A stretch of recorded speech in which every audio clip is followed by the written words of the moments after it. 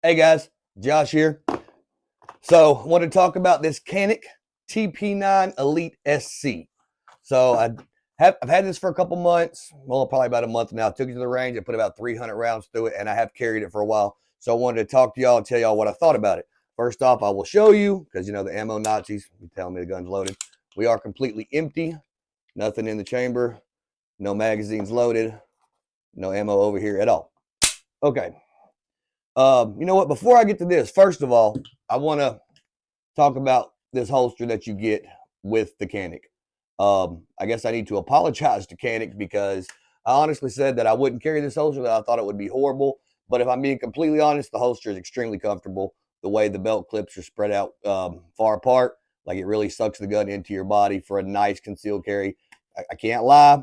I am genuinely impressed with the holster. It carries really well. So I apologize, Canik. Good job. All right, let's talk about the Canik for a minute. This is the TP9 Elite SC. I will go ahead and talk about myself here for a minute. So I wasn't going to run a Canik. I had a lot of people telling me to get a Canik, try the Canik. And I was like, man, I'm not going to do it. I'm a Glock guy. And that is what kept me from getting a Canik for so long is I was a hardcore Glock guy, and I just refused to believe that the Canik could make a gun as cheap as they do that could be comparable with the Glock.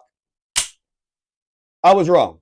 So after shooting this thing, I'm going to say, especially for the price tag out of the box, I don't believe you're going to find a better gun in the price range of the Canik. This one came in right under $500. I believe it was like $480, give or take. Like I said, you got tax background, stuff like that. But I believe it was like right around $500.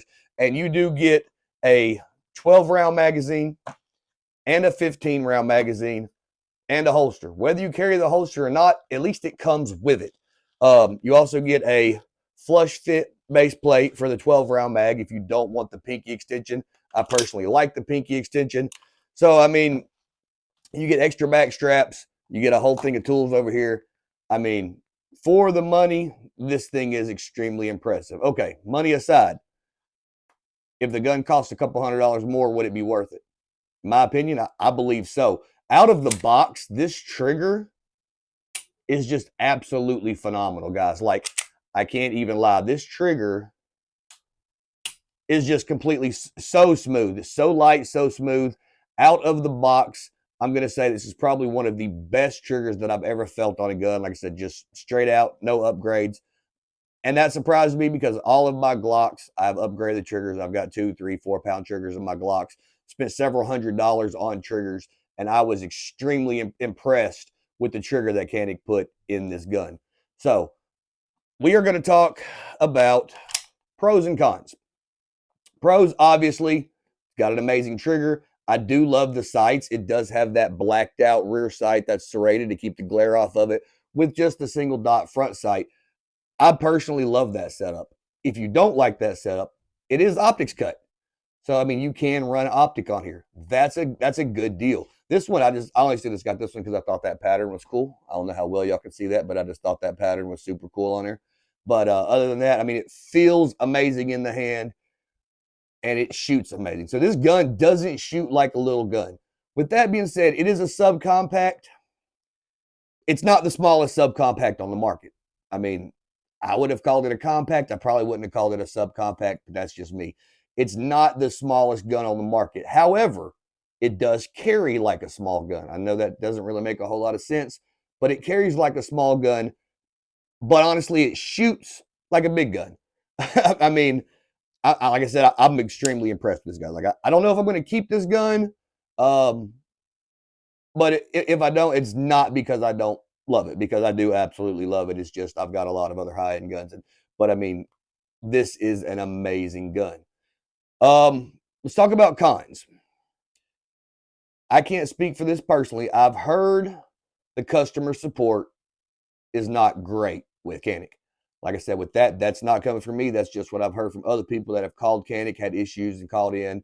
I have seen a bunch of YouTube videos, people talking about their customer support not being great. I can't speak on that because I haven't had a customer support. Like I said, I put 300 rounds through this gun. Not the very first day I got it, but the very first day I shot it, didn't have a single issue. Not one single failure to feed, failure to eject. Not one single issue at all. It ran absolutely amazing. I ran expensive ammo out of it. Expensive, I don't think that's a word, but expensive ammo out of it, and I ran some super cheap ammo out of it. And I mean, the gun ate everything. But with that being said, I have heard customer support isn't great. Other than that, aftermarket support, I'm not sure what's going to be out there for aftermarket support. You know, with Glocks, that's one reason I am a Glock guy, is because there is a ridiculous amount of aftermarket support. That being said, this gun really doesn't need any support.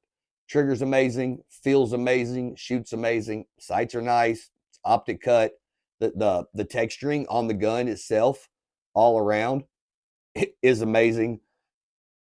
So I mean, it doesn't really need any aftermarket support, in my opinion. It's nice, just straight out of the box. For the ladies and the people out there that have less strength in their hands, this gun is stiff to rack back. And no, I'm not saying ladies can't rack this back. My wife personally loves this gun. She racks it back no problem. But I will say that it does have a really stiff recoil spring. So it does take some strength to rack it back. So, you know, if you have weaker hands or arthritis maybe or something, maybe something you want to look into before you buy one, you may want to check it out really good and make sure that you can actually rack the slide back to chamber around. Because like I said, it is really stiff. But guys, when I bought this gun, I didn't like this gun. I didn't want to like this gun. I said I wasn't going to like this gun. It was already made up in my mind. So I want to find something that I don't like about this gun. And I've tried and I have looked and I was like, oh, the load chamber indicator. Well, that's not the loaded chamber indicator. That's the striker pin indicator. The loaded chain indicator is up here. Like, let's try texturing. Texturing's great. They've even got your gas pedals or whatever you want to call it to put your thumbs there. That's great too. Magazine release is ambidextrous. It can be moved around to the other side. Not ambidextrous, it can be moved to the other side, I guess. Slide release is ambidextrous. Takedown pins. I can't find a single thing about this gun that I don't like. I wish I could, because I looked. I have wanted to find a reason not to like this gun. I love it. I mean, it's just all there is to it. So, stay tuned. There will definitely be more Caniks. I mean, guys, even look at these serrations right here on the front of this slide for your press checks. The serrations on the back. These press check slides. I mean, it's so smooth. It's so nice.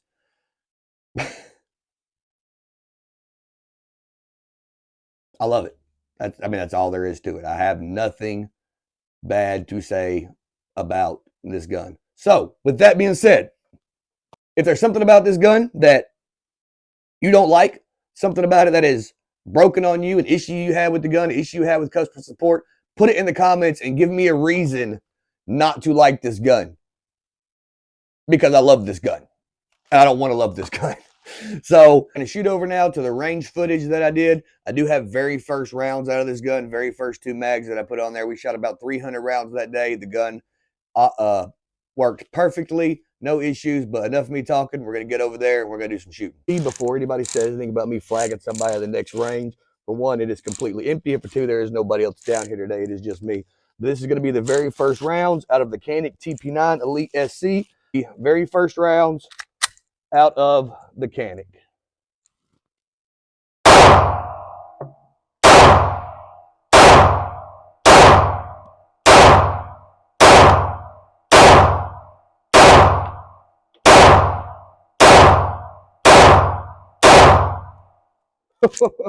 Oh my God. Okay, guys. Somebody needs to call Rob Derdick, because Canik is out here with the ridiculousness, because I absolutely love this thing. This thing shoots amazing. That's first 12 rounds at 25 feet, so roughly around 8 yards. I'm going to try to get over here to make sure you can get zoomed in to see that. First shots, 25 feet with the Canik.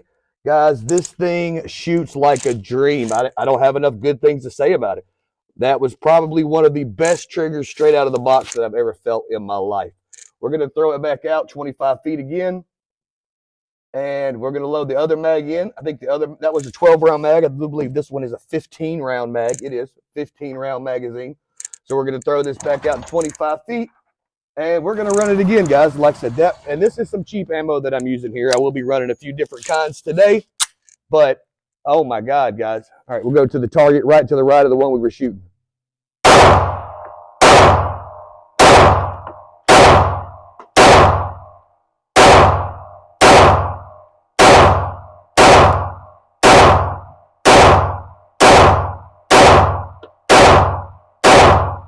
Oh my God.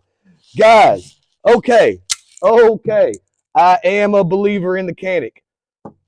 No, it may not be the smallest subcompact on the market, but guys, that's 15 rounds. 15 rounds right there on only the second magazine. Yes, I did have a couple stragglers, but I mean, at 15 rounds for the second magazine shooting, guys, that is 15 rounds out of a subcompact 9mm pistol. Guys, I am extremely impressed with this thing. If you like the video, guys, hit the like button, subscribe, leave a comment, share it with your friends. Like I said, if you had an issue or if you got one and you just love it, put it down in the comments, guys. Let's talk about it. Until next time, guys, this is Josh with Tennessee Gun Room.